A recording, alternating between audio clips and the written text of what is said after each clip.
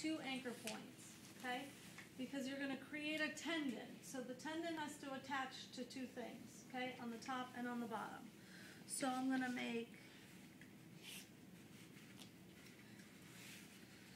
go around with my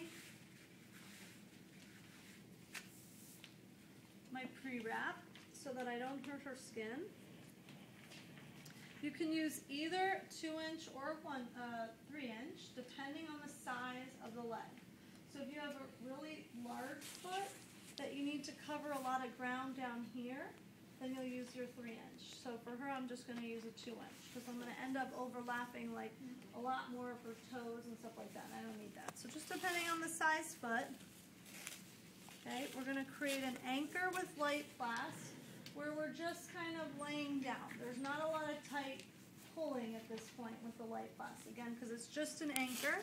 We overlap 50% on her skin and 50% onto the pre-wrap. This way we know we've got good fixation, so when then she goes to put her foot down and walk, the whole tape won't just pop right off, okay? So we're going to create 2 pieces that are an anchor, and now we're going to cut our elasticon. So I recommend having some elasticon on hand.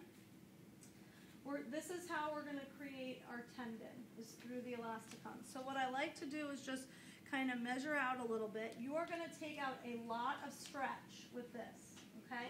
So if you think, okay, my distance is from here to here, anchor to anchor, well, I probably need a little less than that because when I do a full stretch, I'm just going to end up cutting a lot of my tape off, and this stuff can get expensive, so you want to use the right amount, okay? But it's not wrong if you use a little extra and then have to cut it off. Okay, so I'm going to cut 2 strips because I want to make sure it's nice and strong for her. So if I use 2, I've ensured I've got it. I'm going to just put a slit in the top and bottom. Right along, you'll see on the elasticon there's a thin line. Just cut right along that line. Okay, so what we're going to do is we're just going to now, that allows you to rip elasticon because it won't rip on like brown tape or the other tape that we have, okay? So it gives me some tails to work with, okay? On the back side of the top, I'm going to lay down my tails, okay? So if you can now help me by holding those 2 pieces in place.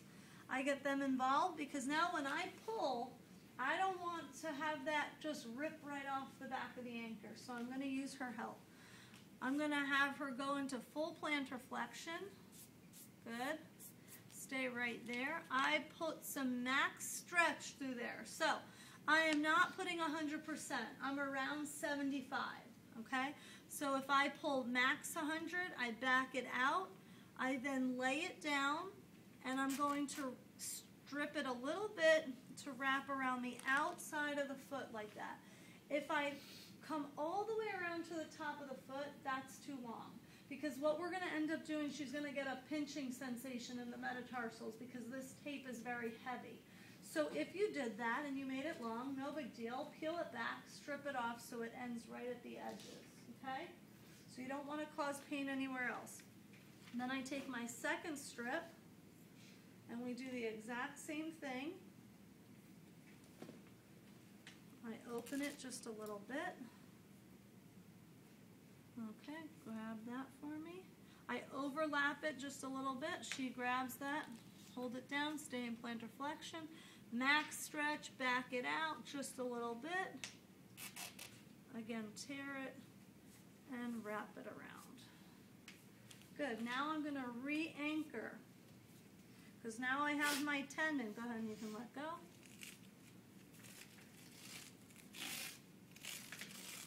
Okay, I'm going to re-anchor and get these pieces to stay down. Again, when you re-anchor, grab that skin just a little bit. Okay, from there, hold on, don't move.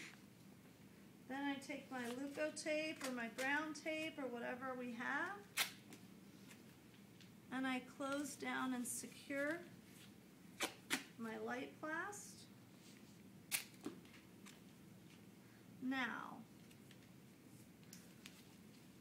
Now again, I try not to put a heavy piece.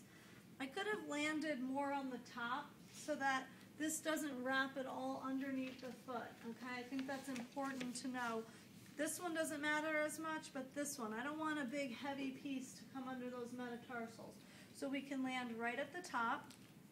So essentially, if I needed to correct that, I would just do this, back out my last piece, rip that, and that's just much better, okay? So now, she's got these two pieces back here that's very sticky with that adhesive on the elasticon. So I'm going to create a little tuck. Can you see? You're getting this, right? Mm-hmm. I'm going to create a little tuck to literally create and fold over. Can you guys see that? How I folded it over a little bit so it doesn't catch every time she walks, okay? So that is now going to be her Achilles tendon. Okay, so we built an external Achilles tendon. So some people say, oh, you're going to leave it like that. Yes. You're going to put her sock on, her shoe on, and she's going to go play her sport. You can fill this in if you want, very lightly with light plast. I don't think it's necessary to do that. That's more an aesthetic, okay? Or if the player's like, oh my God, it's going to fall off and have a long match or whatever, that's fine. Go ahead and fill it in if you want, but you got to do it lightly because you don't want to take away what we just did here, okay? So you can fill it in. Again, if you filled it in, it would just be very lightly. It's going to hug that Achilles onto the outer portion of the lower leg. And then when she gets up to walk, it's going to feel very awkward because she doesn't have an Achilles problem right now. But if she did and it was painful, she's going to be like, okay, I don't have any pain, or it's much better. I can deal with this. I can play with this pressure. So go ahead and walk around and see what it feels like.